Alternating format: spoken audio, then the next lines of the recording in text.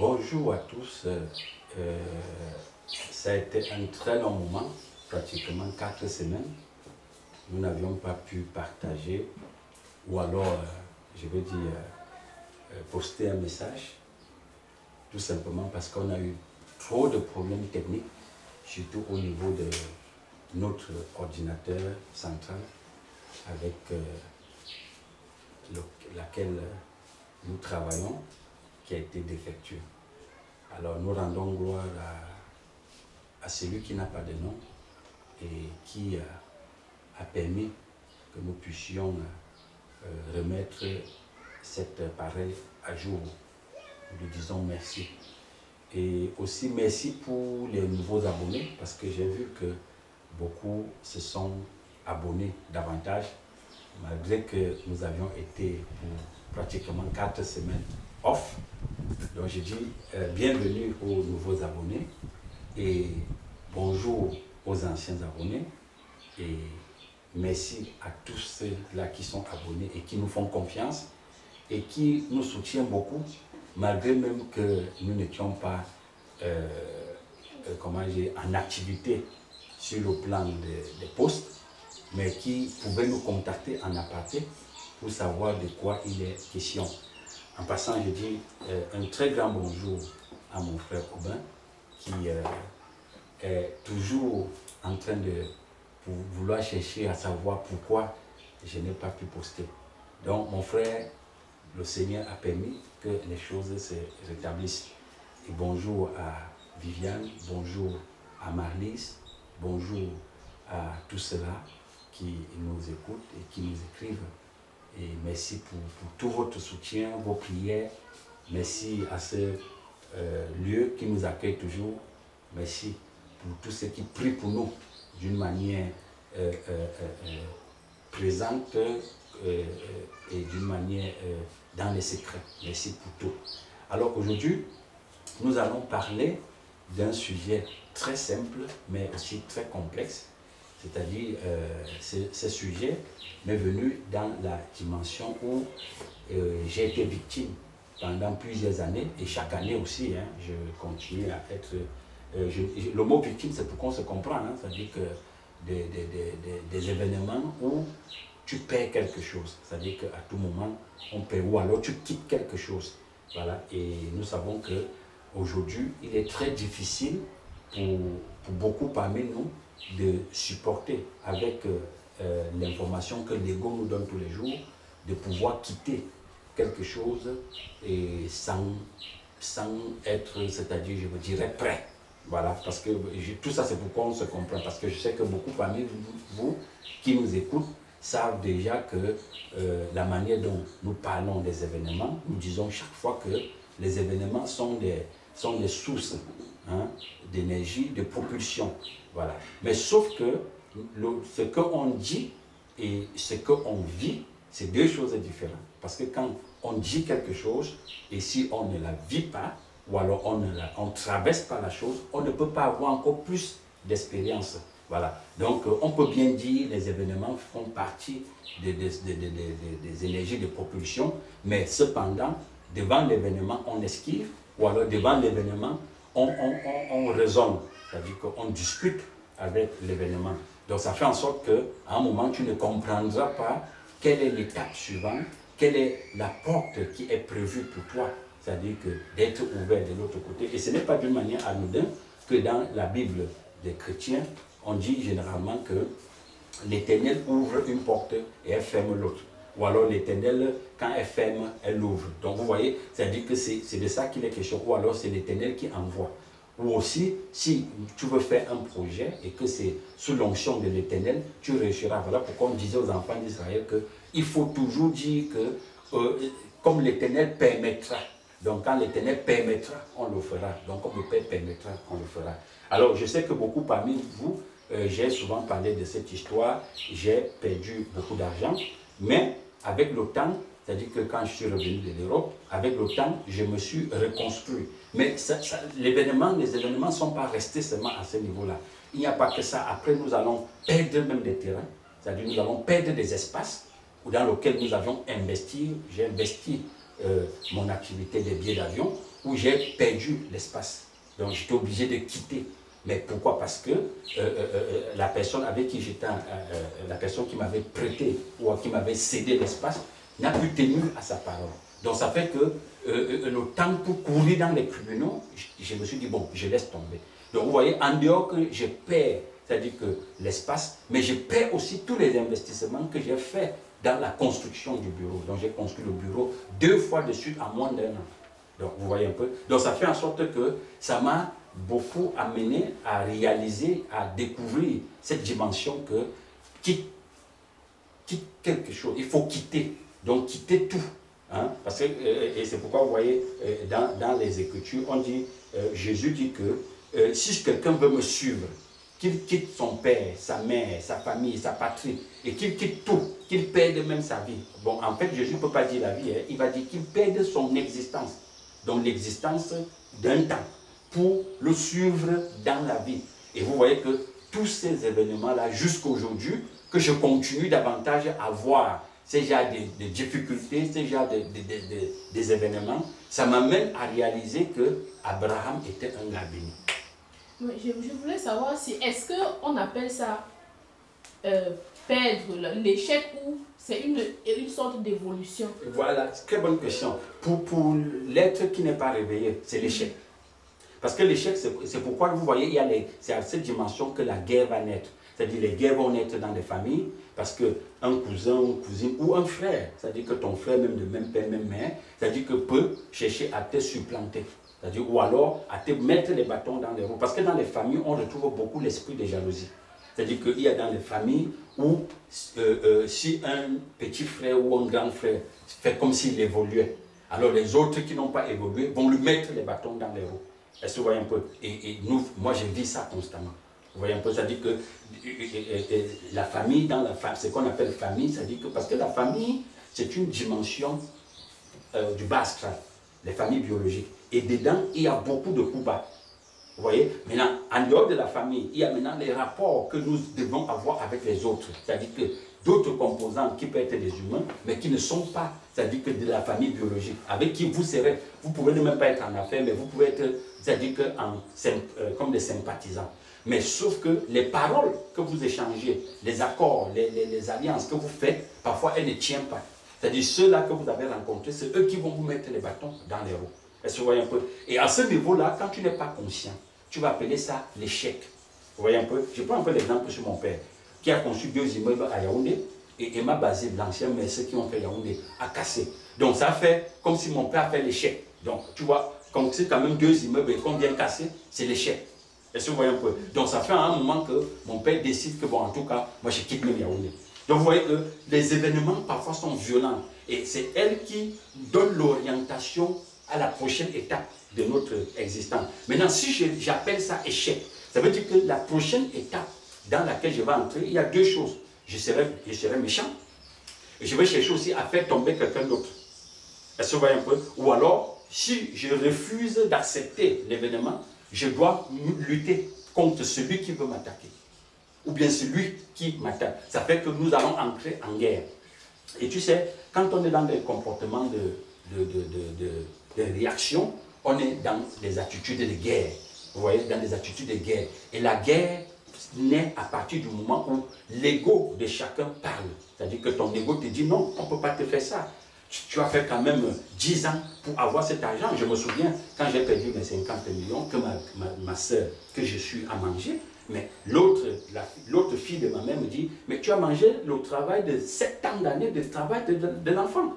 Est-ce que tu comprends un peu? Alors le conseil qu'elle me donne, c'est que je dois amener ma soeur dans la réunion familiale pour exposer ça. Alors ma réponse était quoi? Mais je ne peux pas le faire. Tout simplement parce que j'ai dit, j'ai compris que le ciel m'a jugé.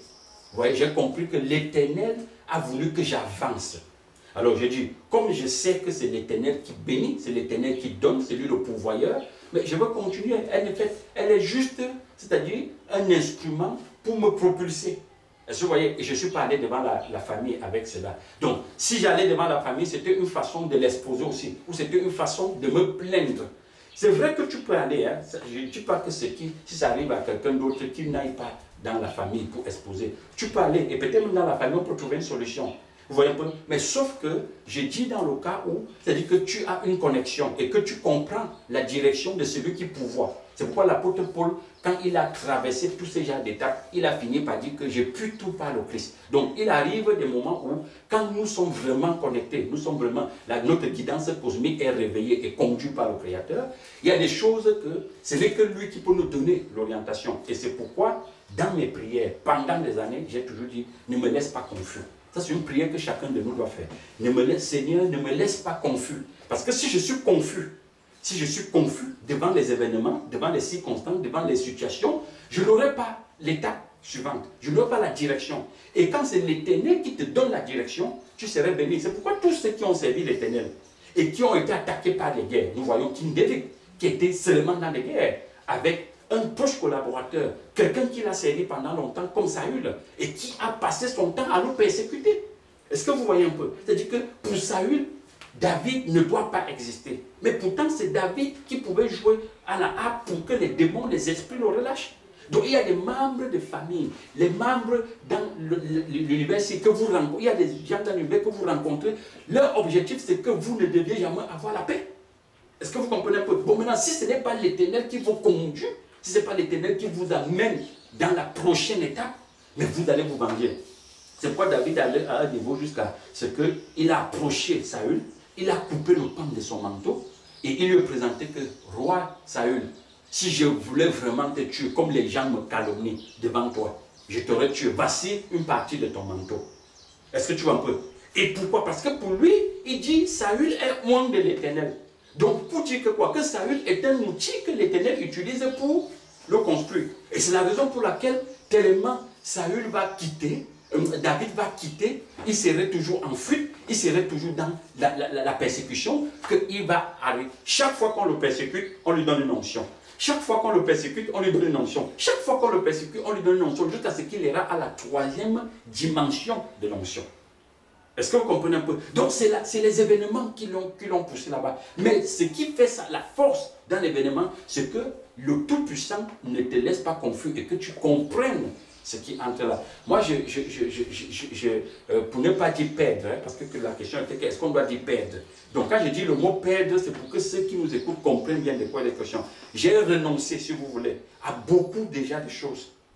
Dans ma petite existence, c'est mon petit parcours, qu'à un moment, parfois, c'est comme si l'ego enfoui veut me montrer que mais tu aurais déjà eu beaucoup de choses si tu n'avais pas renoncé. Et à un moment, je dis, je regarde, parfois ça me fait balader, je passe, je regarde ceux qui sont déjà morts autour de moi et qui ont même eu beaucoup de ces éléments de l'univers. Et je dis, mais attends, ils sont morts et certains même ont pris ce qu'ils ont laissé, mais pourquoi me tuer pour ça? Pourquoi bagarrer pour cela? Est-ce que vous voyez un peu? Et même ce que je dis, j'ai laissé. Vous voyez un peu, non? Quand vous laissez, généralement, et que cette partie-ci, comprenez très bien, tous ceux qui vous persécutent et qui pensent que ils vont prendre votre chose et que vous avez accepté de les laisser et partir, sachez qu'ils ne peuvent rien faire avec. Pourquoi? Parce que l'Éternel est très clair là-dessus. Quand il utilise une nation pour te châtier, il va s'occuper de cette nation.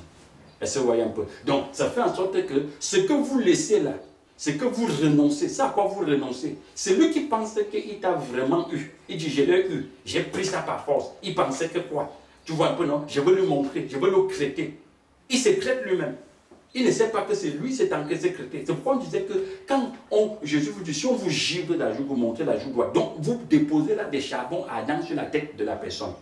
Et parfois aussi, les gens, parfois quand vous ne renoncez pas, quand la persécution est là, vous empêchez que ceux-là qui veulent vous persécuter subissent aussi. Ou alors qu'ils soient enseignés aussi par l'univers. Parce que parfois, tu es une bénédiction pour ceux qui veulent te persécuter. C'est-à-dire qu'au fur et à mesure que tu es devant, tu les protèges. Maintenant, quand l'Éternel les utilise pour te persécuter, c'est une façon que quitte. Et qu'eux aussi, ils apprennent.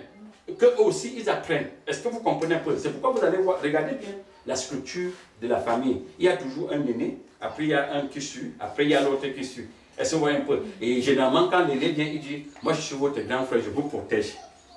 Est-ce que vous voyez un peu? Et dans la structure de la famille, il y a papa et il y a maman. Et quand peut-être soit papa décède ou maman décède, on dit maman qui protégeait les enfants est décédée, ou papa qui protégeait les enfants est décédé. Donc les enfants doivent faire face maintenant eux-mêmes à l'univers. Donc tu peux être dans ta famille, tu as une protection pour ta famille, mais eux ils ne voient pas. Pour eux, toi tu dois disparaître. Pour eux, tu ne dois pas vivre. Parce qu'ils sont jaloux de toi. Parce que c'est toi qui es la source de la bénédiction. C'est toi qui produis les richesses. Alors ils te jalousent. Maintenant, quand tu te quittes, c'est-à-dire que quand tu quittes, comme l'Éternel demande de quitter, mais eux aussi, ils doivent maintenant faire face à l'univers. C'est ce qui arrivait avec les David. C'est ce qui arrivait avec Abraham. Tu vois, Abraham, il reçoit l'instruction qu'il doit quitter. Joseph, il est vendu. Et quand il est vendu, ses frères subissent. Parce que ses frères pensaient qu'en vendant Joseph, il devait être heureux. Il devait devenir riche. Il devait maintenant vivre, comme on dit couramment. Mais quand Joseph est quitté, Joseph a été jeté dans le puits, vendu comme esclave. Ils ont subi la famine et ils n'ont pas fait face à cela. Il fallait que Joseph, qui est la source de bénédiction de la famille, qui est la source de production, on retourne le chercher. Est-ce que vous comprenez un peu? Donc, parfois, tout ce qui nous arrive, que ce soit dans nos familles, que ce soit avec nos partenaires d'affaires, ne pensez toujours pas qu'on vous a fait du mal. Non, ce n'est pas qu'on vous a fait du mal. Parfois, c'est l'Éternel qui veut que vous quittez et que les autres aussi apprennent. S'ils ont deux choses à faire, soit ils vont tomber, soit ils vont apprendre. Et s'ils apprennent dans le sens de l'Éternel, ils reconnaîtront ta valeur tôt ou tard. Même si tu es quitté, ils reviendront dire, ton Dieu nous a enseigné. Mais s'ils restent incrédules, ils vont dire, nous l'avions eu. Mais c'est eux qui ont eu. C'est-à-dire, ils se sont eus eux-mêmes. Et c'est la raison pour laquelle, vous voyez, quand Abraham est parti, on lui dit quoi? Quitte ta famille, quitte ton père, quitte ta maison, quitte ta patrie, et pars. Et quand il partait, il n'avait rien. Il n'avait que Saraïde, sa femme qui était stérile, qui n'accouchait pas. Et il a pris quelques bœufs. Bon, observez bien, quand il part, il arrive où il part. C'est-à-dire que l'étape où il devait arriver, qu'est-ce qu'il fait? C'est-à-dire que puisqu'il est parti sous l'onction de l'Éternel, il produit, il multiplie.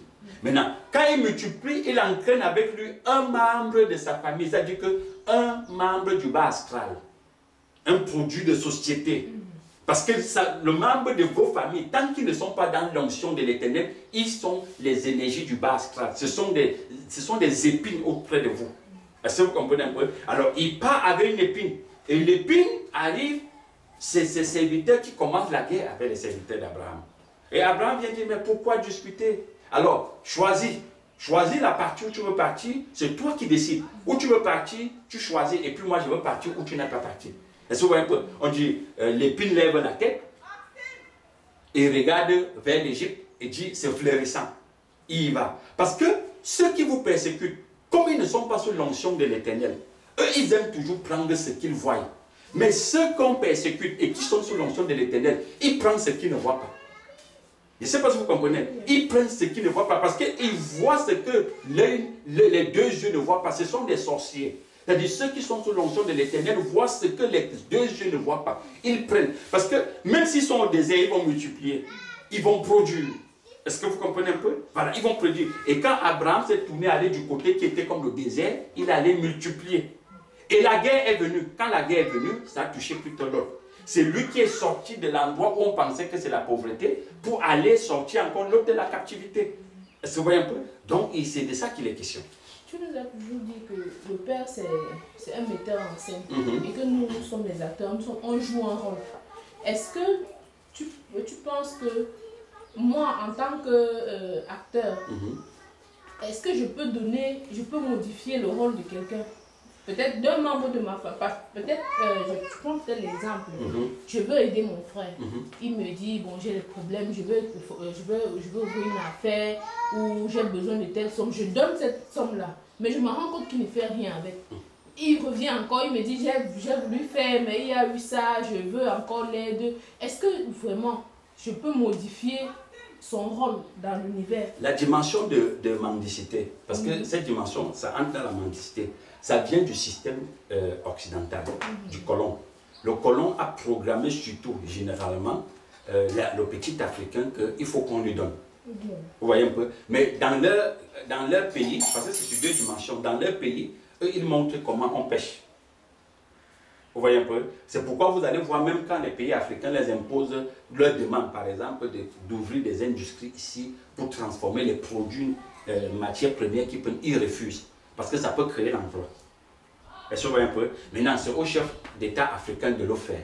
Bon, quand je prends de l'argent, je donne à mon frère biologique qu'il aille faire quelque chose et qu'il ne réussit pas, 1, 2, 3 fois, à un moment, il faut qu'on arrête. Est-ce que tu comprends un peu? On ne dit pas qu'on peut pas aider quelqu'un. On doit aider quelqu'un. C'est-à-dire qu'on peut donner à quelqu'un. Mais sauf que il est déjà démontré. Aujourd'hui, ce n'est plus quelque chose même qu'on doit. On dit seulement parce que ça le salut vient dans une multitude de conseils. Il est déjà démontré, même aux yeux des stupides, aux yeux des inconscients, aujourd'hui, que tant que lui n'apprend pas à pécher, il ne peut pas se lever. Est-ce que vous voyez un peu, non? Parce qu'on ne peut pas pécher tous les jours pour te donner. Et si on pêche tous les jours pour te donner, ça veut dire que tu restes un enfant. C'est à l'enfant qu'on donne. Quand on grandit, on ne donne, c'est toi qui donnes. C'est pourquoi vous avez vu, regardez bien, prenez la vie du Christ. Quand le Christ naît, vous voyez qu'à un certain âge, on te dit à l'âge de où c'est 3 ans, si je ne me trompe pas, 7 ans, il est au temple en train de s'occuper des choses de son père. N'est-ce pas? À 12 ans, voilà. Et sa maman lui cherche, il dit, mais pourquoi me cherches-tu? Parce que 12, vous savez à quoi 12 représente? 12, c'est le chiffre du commandement. 12, c'est le chiffre du commandement. 11, c'est le chiffre du désordre. 12, c'est le chiffre du commandement. Vous voyez, à 12 ans, c'est-à-dire à 12 ans, il entre dans le commandement, puisqu'il est sur l'onction du pourvoyeur, du l'onction du créateur. Il est l'esprit créatrice. Donc à 12 ans, il comprend bien qu'il n'est plus, il ne doit plus être un fardeau pour son père, pour sa mère. À 12 ans, il commence à organiser. À 12 ans, il commence à donner une direction. Est-ce que vous comprenez un peu? Et à 30 ans, il prend une épouse. Est-ce que vous voyez un peu? Donc, on donne à l'enfant de 0 à 7 ans. Vous comprenez un peu? Maintenant, quand l'enfant grandit, c'est lui qui doit donner. Est-ce que vous voyez un peu? Il doit donner. Donc, tout ça, toute la vie du Christ nous enseigne beaucoup de choses. On peut donner, mais c'est mieux encore de montrer comment, c'est-à-dire pêcher le poisson. Maintenant, dans le système capitaliste, pêcher le poisson, ça veut dire que montre-lui comment on fait les affaires. Non. Montre à un enfant comment aller à la source, connecter son esprit. Parce que si vous lui donnez l'esprit, il va tout faire. Parce que ce n'est pas l'esprit qu'il doit organiser. Ce n'est pas l'esprit qui doit appeler. Ce n'est pas l'esprit qui doit faire face aux événements. Ce n'est pas l'esprit qui doit analyser et qui doit interpréter. Parce que je peux donner tout le Cameroun. On voit aujourd'hui, on donne des pays aujourd'hui. Regarde dans les pays de l'Afrique centrale. Les chefs d'État ne veulent plus partir. Ils veulent donner à leurs enfants. Pour faire quoi? Donc ça veut dire qu'on ne doit pas laisser l'héritage alors à l'enfant. Non, mais l'héritage même devait être quoi d'abord? Devait être l'esprit. La seule héritage qu'on peut laisser à un enfant, ou le seul héritage qu'on peut laisser à un enfant, c'est l'esprit de Dieu. Un monsieur me disait, un milliardaire ici, j'ai rencontré un milliardaire au Cameroun, il me dit, monsieur Béranger, vous savez quoi? Il devait investir dans mes affaires.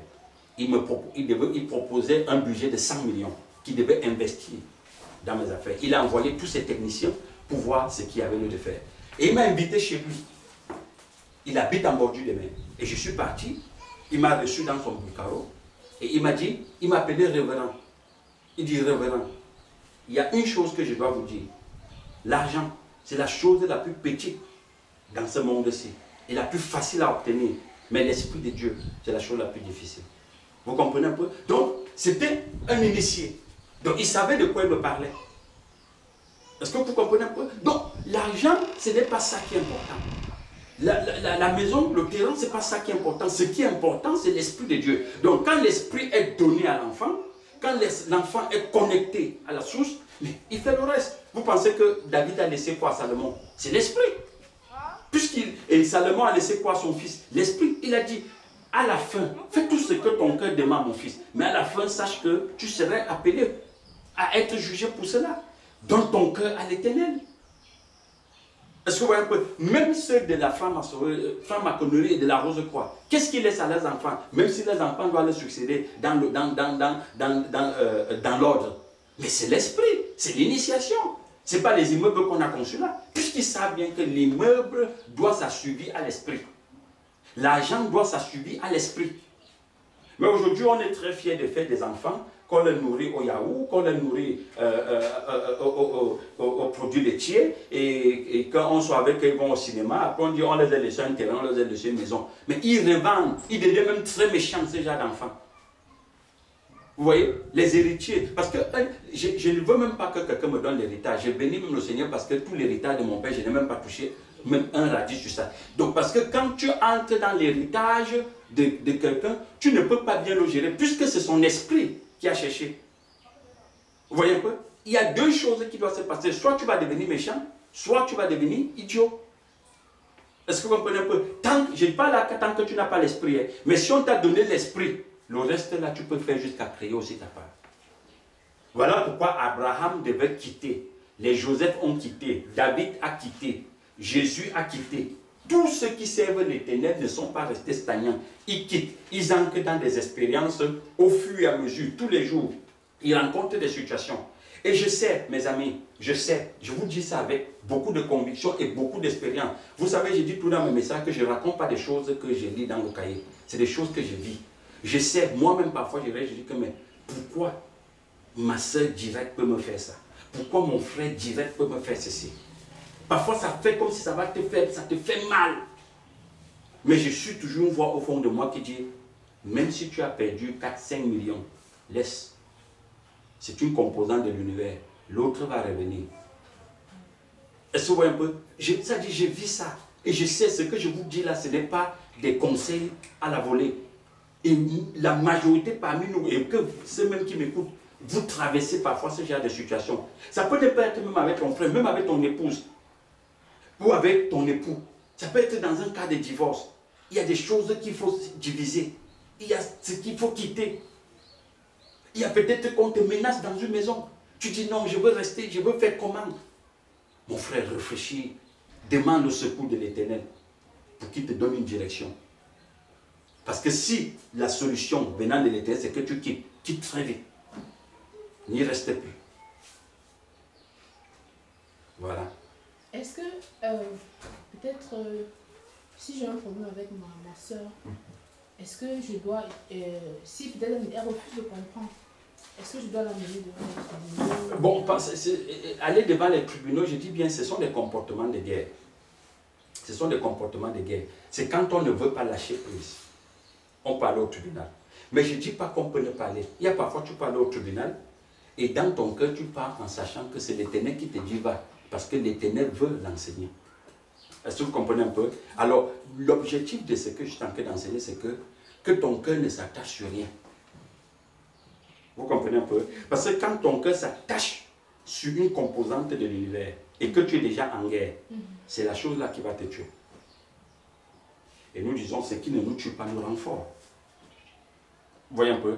Alors, si elle te tue déjà, ça veut dire que ça va te rendre faible. Vous comprenez un peu?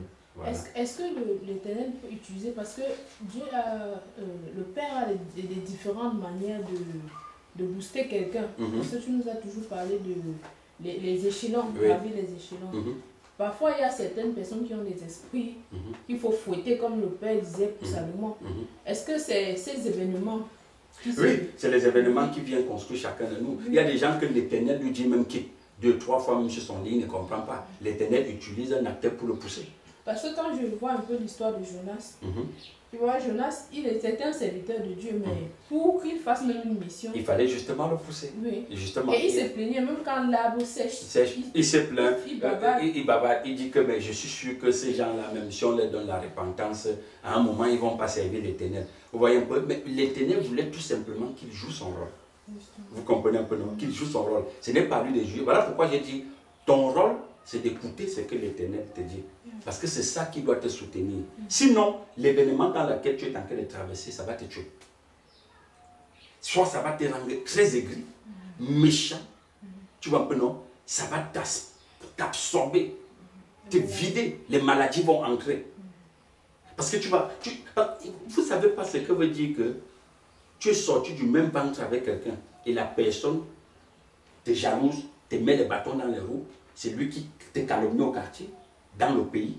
C'est lui qui bloque tes affaires. Ça fait très mal. Vous voyez un peu? C'est pourquoi vous allez voir au niveau des couples, dans les mariages, les gens n'aiment pas divorcer parce qu'ils ont déjà construit trop d'alliances. Ils ont tissé trop de choses. Et quand le divorce vient voir, ça déchire tout, même les enfants, ça touche. Mais pourtant, c'est quelqu'un que tu as rencontré. Hein. Vous n'êtes pas nés ensemble. Oui, c'est vrai. Tu l'as seulement rencontré un jour comme ça. Et vous avez tout construit ensemble. Et vous détruisez. Ce sont des blessures qu'il n'y a que l'Éternel pour penser ça. Est-ce que vous voyez un peu? Donc, nous devions faire très très attention à l'écoute de la voix de l'Éternel. Il faut toujours écouter. Parce que les événements ont plusieurs visages. Plusieurs visages.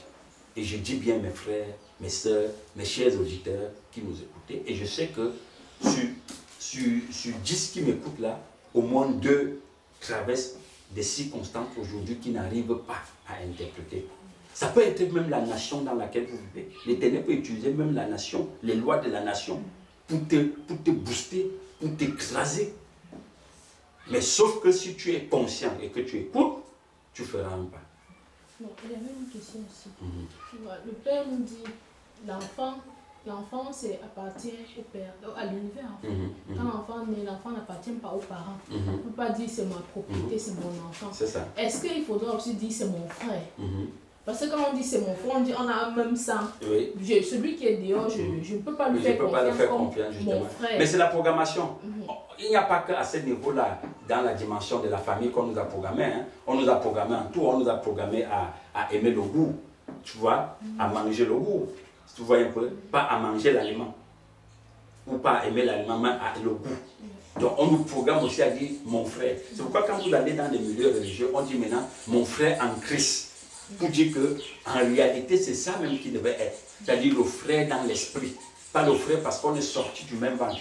Et c'est la raison pour laquelle dans la Bible, on dit il y a un ami qui serait plus qu'un frère à toi. Donc un ami, hein, ça veut dire que quelqu'un qui n'est pas sorti du ventre de papa ou de maman, que tu vas rencontrer, c'est lui-même qui va construire ton empire. Est-ce que tu vois un peu? Comme disait une de mes sœurs, tu deviens un faiseur de rois. C'est-à-dire que à partir de cet ami-là, il construit ton royaume. C'est lui qui va bâtir ta personnalité, bâtir ton image dans la société. C'est lui qui va te donner même, c'est-à-dire que ce que tu n'imaginais pas. Vous voyez un peu? Donc, c'est ça. C'est ça. Donc, tout ça, ça se passe dans l'esprit. Ça se passe dans l'esprit. Quand David a formé son armée de 40 voyous au départ, mais ils sont devenus très puissants. 400. Puissants. Pourquoi? Parce que eux tous, ils ont émergé dans l'esprit.